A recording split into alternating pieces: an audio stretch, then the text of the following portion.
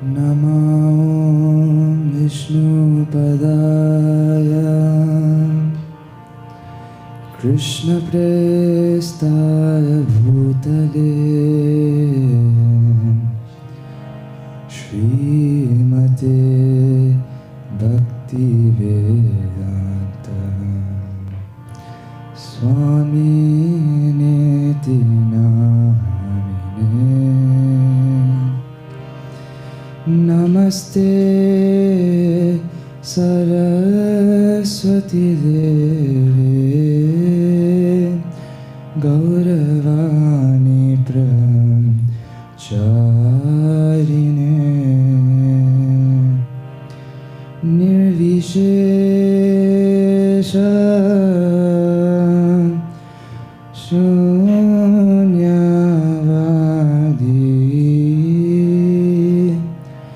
Paschatya Desha Tarine Shri Krishna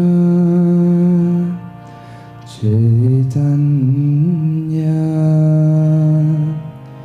Prabhu Nityananda Gadadhar Shrivasadi Gaur Bhakta Dinadaya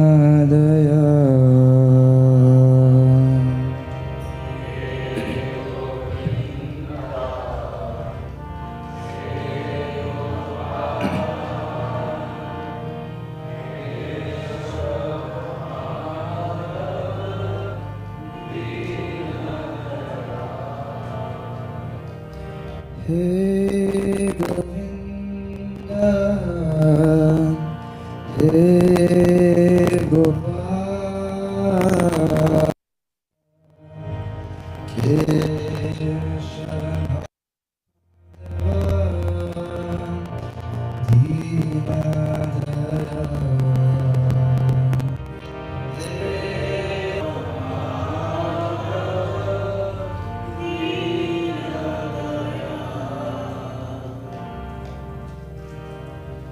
Hey Govinda,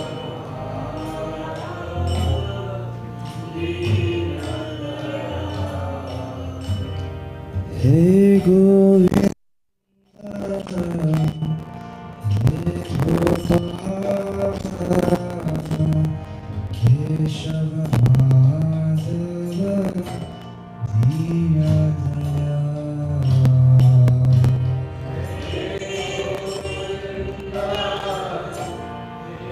Keshav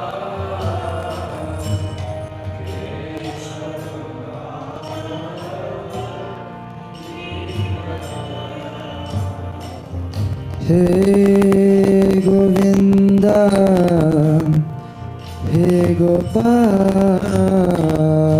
Gopal, Keshava Madhava, Dinadaya.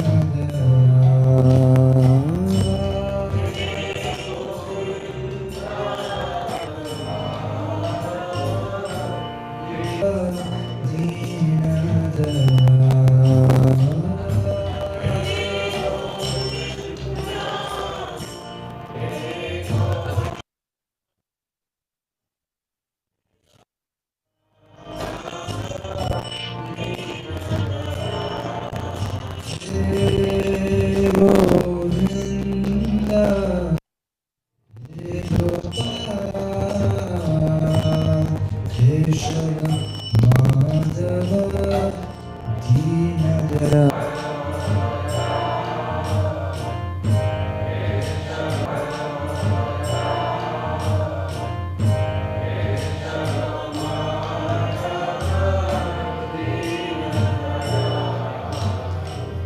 Param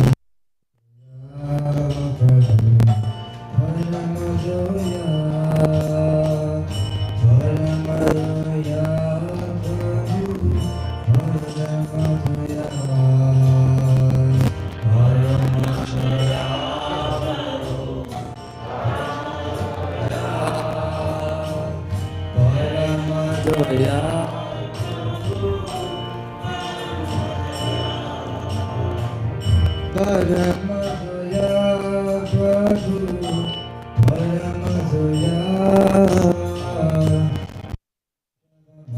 Madhava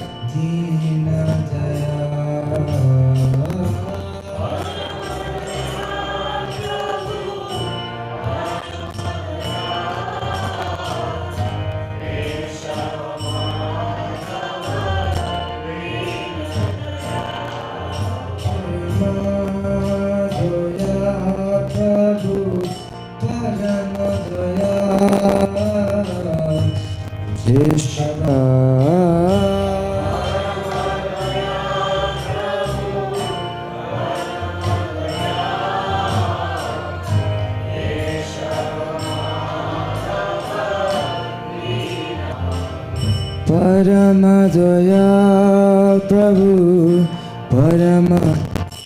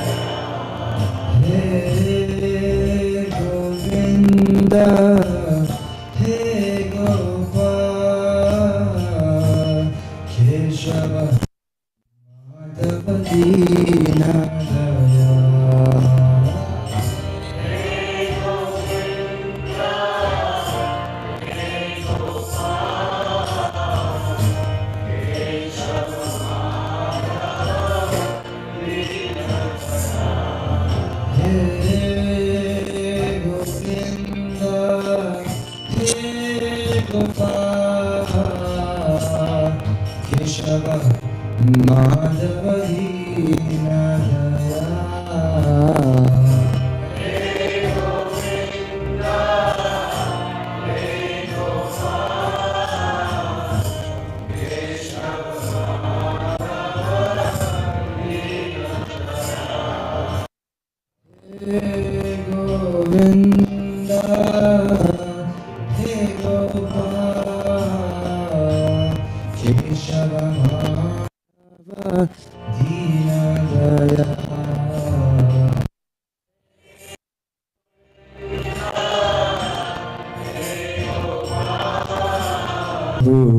Paramadaya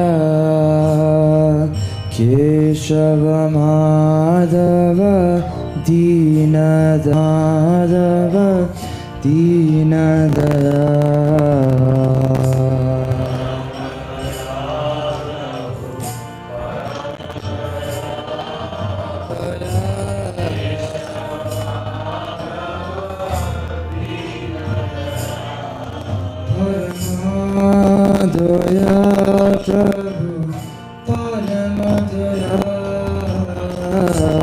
Keshava Madhava Dinadaya.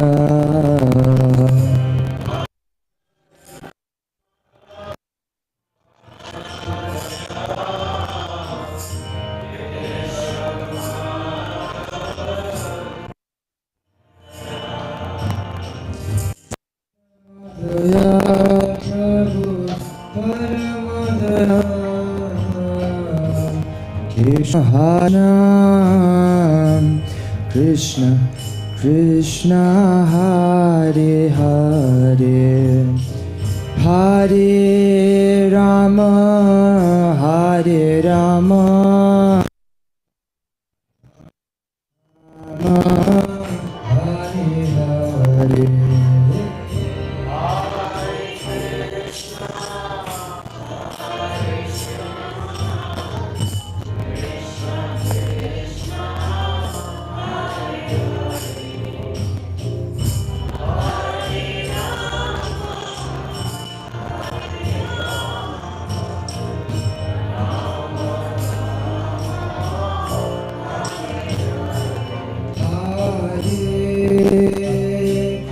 Krishna, Hare Krishna,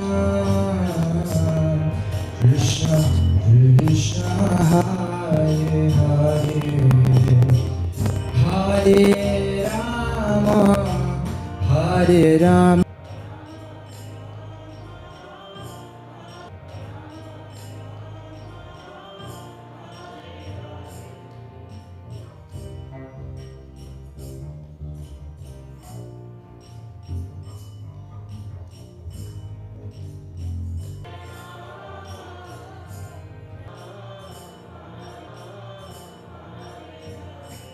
Hare Krishna,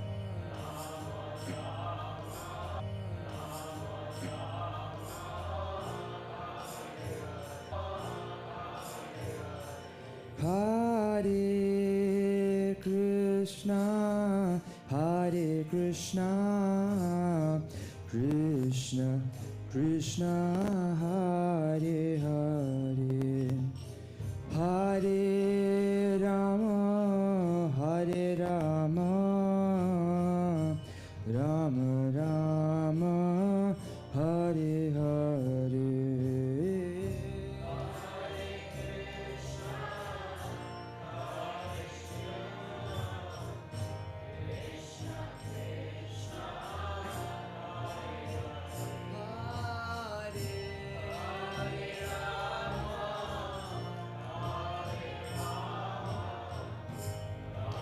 So next one we're all going to do it together. Sing along. Hare Krishna, Hare Krishna, Krishna Krishna, Hare Hare, Hare Rama, Hare Rama, Rama Rama. One more time. Hare Krishna, Hare Krishna, Krishna Krishna, Hare Hare, Hare Rama, Hare Rama. One more time. Hare Krishna, Hare Krishna, Krishna Krishna, Hare Hare, Hare Rama, Hare Rama.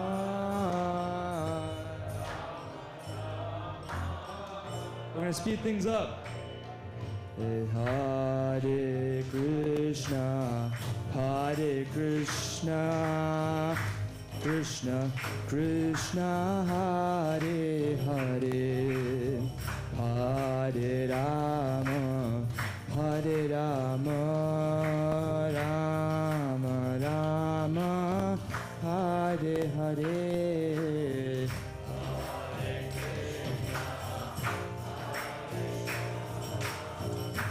Krishna Krishna, Hare Hare, Hare Rama.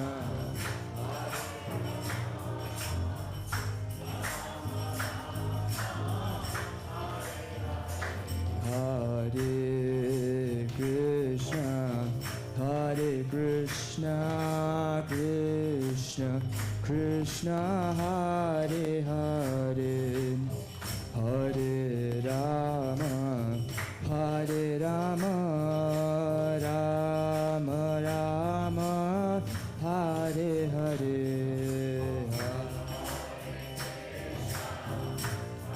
Krishna, Krishna. Feel free to clap. Hare Hare, Hare Rama, Hare Rama, Rama. Hare Krishna, Hare Krishna, Krishna Krishna, Hare Hare, Hare Rama, Hare Rama, Rama Rama, Hare Hare.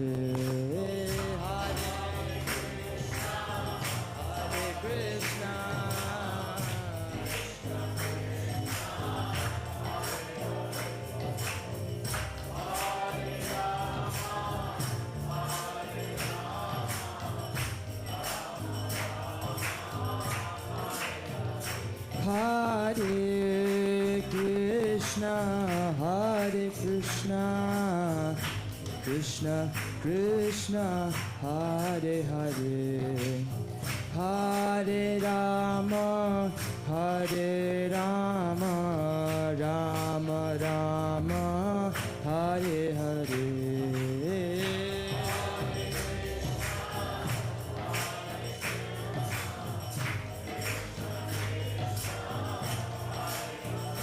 Hare Rama, Hare Rama,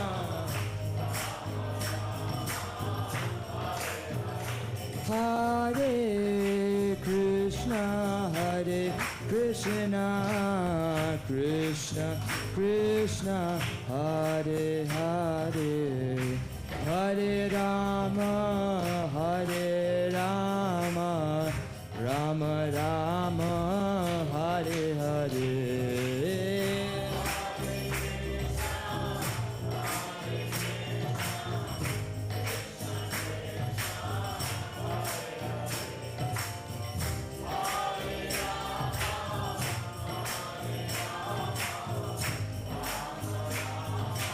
No instruments, to sing together. Hare Krishna, Hare Krishna, Krishna Krishna, Hare Hare, Hare Rama, Hare Rama, Rama Rama, Hare Hare, Hare Hare Rama, Hare Rama, Rama Rama. One more time together. Hare Krishna, Hare Krishna, Krishna Krishna, Hare Hare, Hare Rama, Hare Rama, Rama Rama, Hare Hare. One more time. Hare Krishna, Hare Krishna. Louder. Krishna Krishna, Hare Hare, Hare Rama, Hare Rama, Rama Rama, Hare Hare, Hare Krishna, Hare Krishna, Hare Hare, Hare Rama, Hare Rama.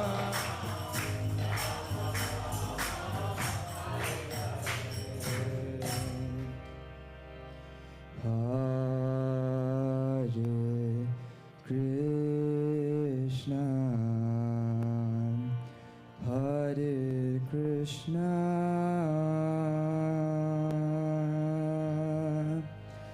Krishna, Krishna, Hare Hare, Hare Rama, Hare Rama,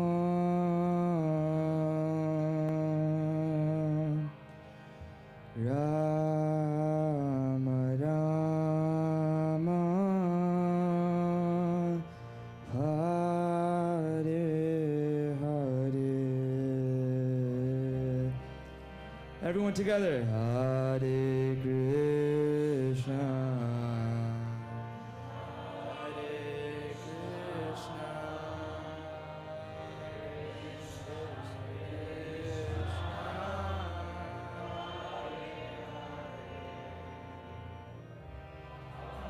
Hare Rama.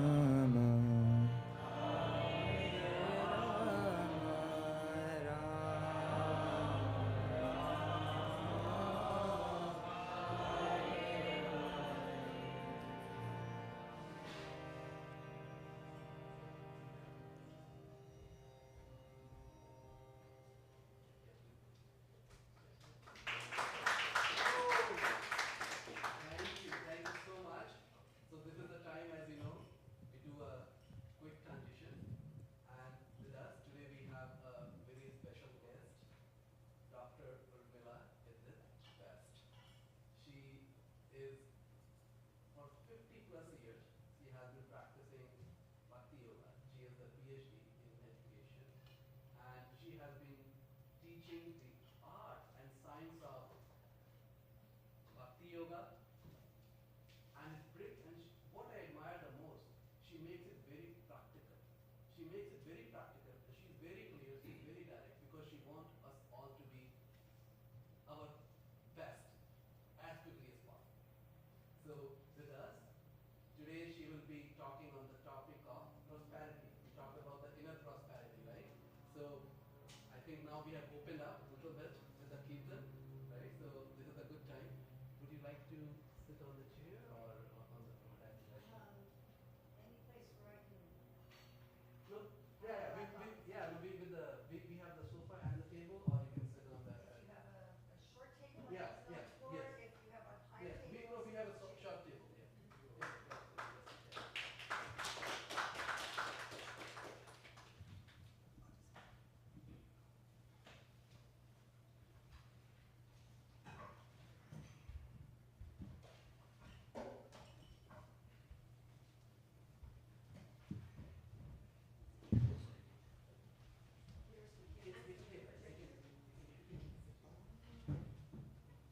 Where's the cable for the projector? I'll give you.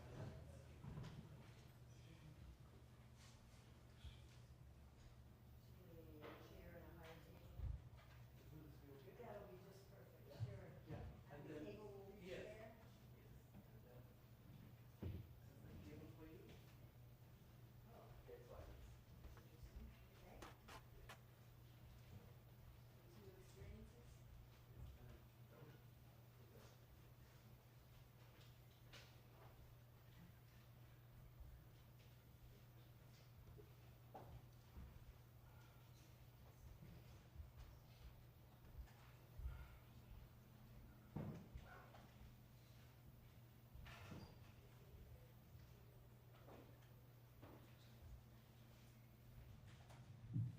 Oh, totally have the HDMI. I can do both. Yeah. That's it. Okay, you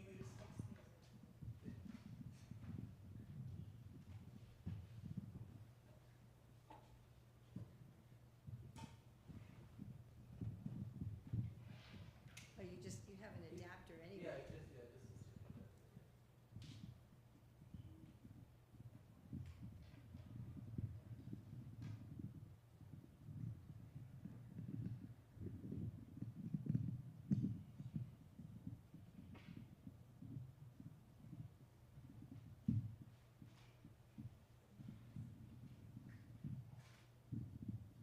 Maybe I could get a cup of water, that would be nice.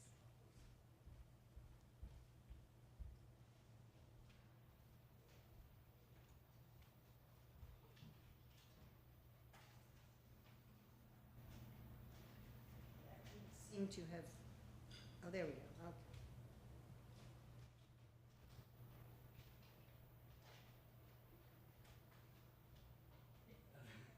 wait. No, just put on the floor. I'll give you water bottle. I have a water bottle. It's hard when you're speaking to drink out of a bottle. More cumbersome.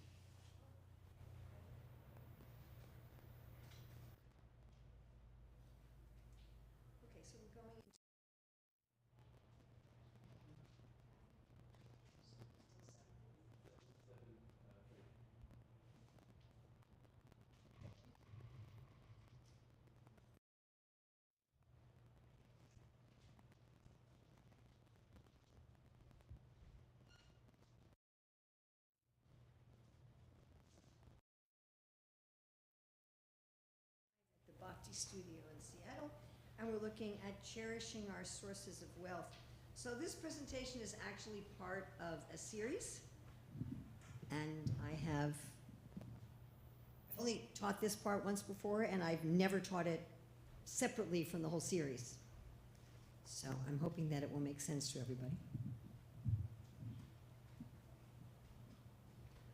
This is part of a series on what we call career dharma, the natural art of work, which was, I wrote the book with a co-author.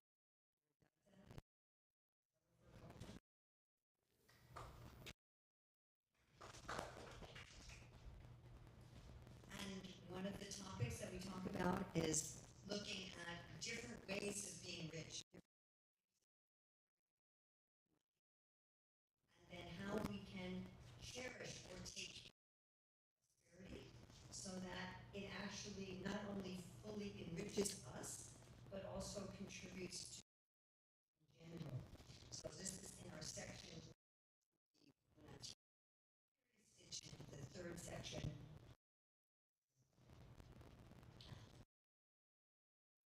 So if we're thinking about any type of wealth, whatever type of wealth that we have, there's no type of that I just myself out of nothing. So by cherishing it, we ensure that these types of prosperity remain in abundance, again, for us and for others. If we want a livelihood of prosperity, that will match our career to what is our natural dharma, but it means that we also look at ways of being rich. So we're going to look at a general way of cherishing prosperity, and then we're going to look at 6 types of prosperity and how we would cherish each one of them. So not taking care of our prosperity is something like cutting off the head of the goose who lays the golden egg, or cutting off the tree branch that's giving you fruit. You're not taking care of your source of prosperity. And when we do that, when we just try to enjoy our various types of wealth without cherishing them, then we get a reflection of prosperity rather than actual wealth. We end up kind of trying to enjoy a reflection. And a lot of the frustration that people have in their life is that they're trying to enjoy something with in return. So our first source of prosperity is our own body and mind. I cannot gain any type of wealth without a functioning body and mind. There's a lot of people today who have a job that damages them physically, emotionally, socially. You know, I think about medical doctors who often, like in their residency, are working 80 hours a week and at all kinds of odd hours and not getting enough sleep and eating junk food, just running between patients. And I'm thinking about, okay, here are the people who are supposed to be giving health to society and giving health guidance to society, but the very nature of their job impinges on their own physical health. And people often have jobs that are very emotionally or socially damaging to them. So not only do we want to take care of our own physical and mental health, but we want to take care of the physical and mental health of the people that we work with. So if we have employees or colleagues, we don't want to be draining them physically, and we don't want to be draining them emotionally, socially, or mentally. In addition, our work should be taking care of the environment, the land, the water, the earth. So many jobs today are destroying the planet, which is ultimately the source of all of our wealth in whatever form it is. So charity, our physical health, our own mental, social health, the physical, mental, social health of those we work with. But we're going to look also at 6 particular types of wealth. They just think about have them in our work. No matter how much money we're making, we will feel impoverished. We will feel impoverished. So So I don't have time to go into these in great depth, but some idea of them. The first is Aishvarya, which comes from the Sanskrit word Ishvara. Those of us who feel some positional. We like to manage people. We like to manage projects. We may like money and luxury to manage projects without money, but we want money not for our own enjoyment directly so much as to get things done. So there are many of us who are very enriched by this. So I've met people who were happy in their job until they got promoted to a management position, right? And had a management position, she had trouble sleeping, she had digestive issues. And then there are those of us who are kind of ambivalent. Another type of prosperity or knowledge. So there's many of us who like to have a kind of work where we're constantly learning things, where the work itself forces us to keep learning. And I know people for whom if they do work, they feel very impoverished. Other people, they're like, I just want to learn what I need to know to do my job, and I don't want to have to keep taking classes and courses.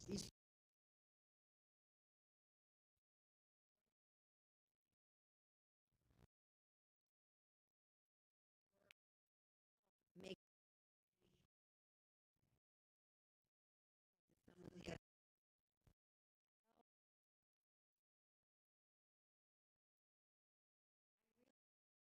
as part of our work, we want to work with beautiful things, either visually, auditorily, olfactory, or in nature.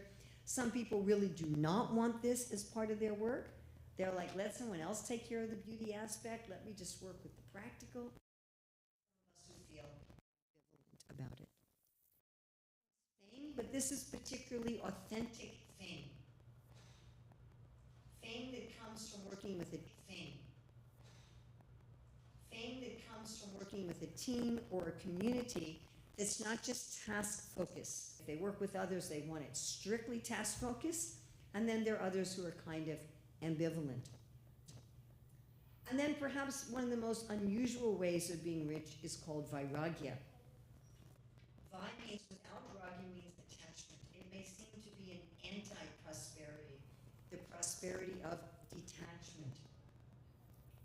Wanting this kind of prosperity in our work means wanting things like having a flexible schedule, having a lot of travel as part of your work, having a minimalist lifestyle as part of your work. I know someone who said, what I love about my work is I can ride my bicycle to work. Or it can mean having a job like I knew someone who was a manager in a prison for the most notorious criminals like Charles Manson. And he had to make sure that the criminals got food and water and medical care. So he had to have a lot of detachment and compassion in his work. So there are those of us for whom having vairagya is essential in order to feel enriched, and other people really don't want this. They want a regular schedule.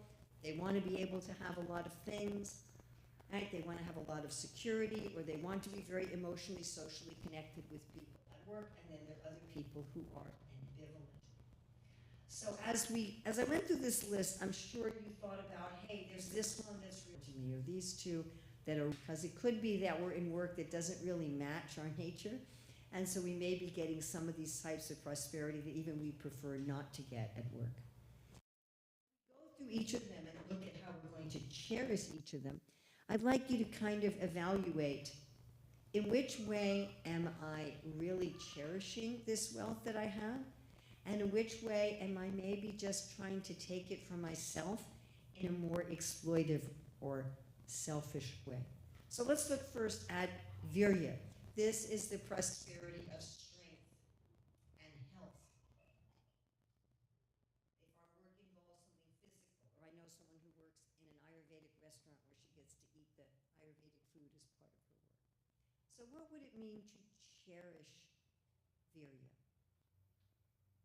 So let's say that you're using your strength to help people, or you're using your strength to dominate over people. In the Bhagavad Gita, Krishna says, I am the strength of the strong, devoid of passion and desire. If we get strength and energy in our work, sure that my strength is done in a way that's not destructive to the environment? Am I using that natural strength profitably, or am I using it just to help others? So, for example, those who work for government, they have to make sure that they use weapons and they use power to protect the people and not harass them, that there's going to be police protection. For people who are our athletes, that they're going to get their strength without using improper chemicals, that they're going to get naturally, right? That they're not going to be using things in an unnatural way to hurt others. So how am I using my strength? Am I getting my strength from good food? Am I getting my strength from proper things in the earth? And am I using it to protect others? Okay, let's look at tree, which if I'm enjoying some form of beauty. Beauty should be used to bring people to a higher state of consciousness. One of the things I really appreciate when I visit is that there's so much beauty of architecture and music and so much beauty of flora and fauna, but it's all connected with spirituality. It's quite an incredible experience that everything, all of the architecture is all connected with spirituality. Before industrialization, before we had everything made in factories, the concept was that your furniture, your clothing, your music, everything should actually be elevating you to a higher state of consciousness. If we have personal beauty, or if we're creating or working with beauty, the way we exploit it is by using that beauty to get some kind of unfair advantage for ourselves. There's plenty of statistics that beautiful people make more money and are trusted more, but we don't want to use any beauty that we have to fool people. We don't want to use it to mask a not beautiful intention. So if we are enjoying physical beauty, we want to make sure our inner beauty is commensurate. If we are producing or working with things of beauty, we don't want them to hide poor quality. We want to produce something that's genuinely beautiful. I'm thinking about, I was in a project where instead of working with stone carvers, they got people just to mix fiberglass with concrete and pour it in molds to look like it was stone carving. So doing that involved a lot of toxic chemicals. It also meant that actual stone carving were put out of business. So those are all examples of not cherishing beauty, not seeing our enjoyment of beauty as spiritual service. Let's look at Aishwarya. This is the wealth of having some position of control. So if I'm driven to having this type of enjoyment, I want to manage a project, that not everything can be solved with money and control. Sometimes there's other ways of solving problems. Sometimes it's connection or negotiation or understanding is going to reach more solutions than just power. I remember very clearly many years ago when I was a school principal, and I had one student who didn't want to do a particular school assignment. And when I was talking with her, I just immediately went to power. I just said, well, this, that's what you have to do, that's the work, that's it. I'm just not going to do it. And I said, well, then I'll have to call your I don't care, I'm not going to do it. Oh boy, that didn't work.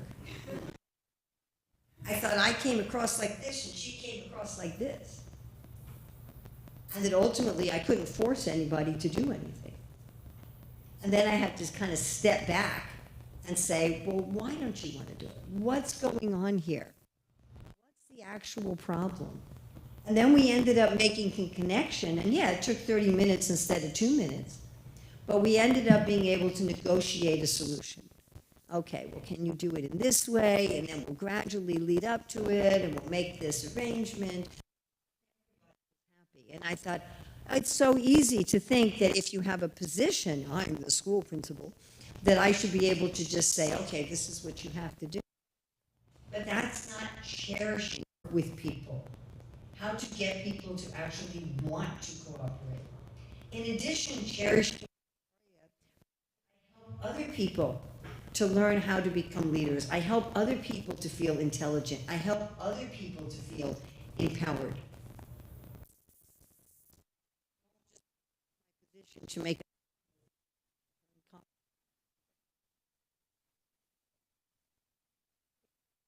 Yasha, if how